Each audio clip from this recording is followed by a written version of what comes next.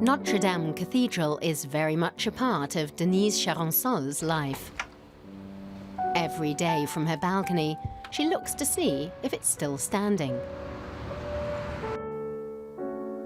Half a year after the blaze, Denise has still not got over the trauma of it. There, straight ahead, was exactly where the tower was. We saw how it caught fire, started wobbling left and right, and then broke off. It was terrible. The fire broke out on April the 15th. Why is still a mystery. Bewildered and in fear for Notre Dame, thousands of people gathered spontaneously in front of the cathedral, millions worldwide in front of their screens. Through the night, Denise and her husband anxiously watched from their balcony. I felt the heat up to my chest. I stood here screaming with rage.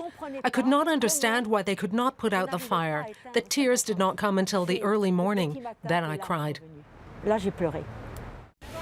Nothing in her neighborhood is the same since the night of the fire. Where they used to enter the metro, they now run into a construction fence.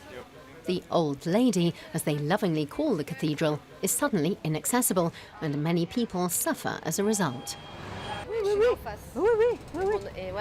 I was born there, as were my great-grandparents and my grandpa.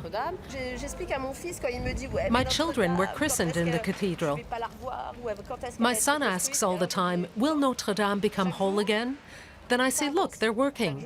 The crane is lifting up the building material.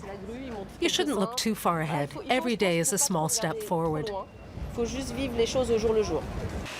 Moving forward, perhaps, but much slower than residents would like. The cathedral is still in danger of collapsing. The building must first be stabilized, says architect Elise Ferrube. She is angry at President Emmanuel Macron. He promised to rebuild the cathedral in just 5 years. That's completely unrealistic. Renovations will take at least 10 years, and that's only if a miracle happens and they find the right kinds of wood and stone, and if all those employed work well. This fire has plunged us into an enormous crisis. We expected the government to ask the French people to trust us experts. But that was not the case. After all, Notre Dame is a UNESCO World Heritage Site. The government must put all its cards on the table. It owes it to the Parisians and the tourists, 15 million of whom came here every year before the fire. I'm so sad. You're sad for that? No, of course. It touched the whole world. We watched it on TV and it hit me really hard because we were there a few days before. Today's travellers and tourists don't seem to want to stay as long or shop at Notre Dame. My father had to cut our employees' hours. Some have worked for us for 35 years. That's traumatic for these families.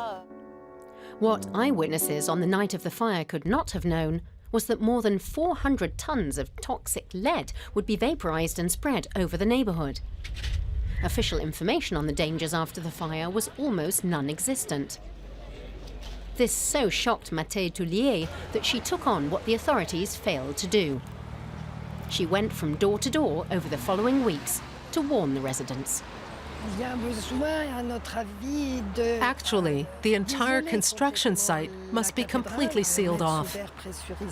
Lead molecules must be prevented from getting into the environment during the construction work.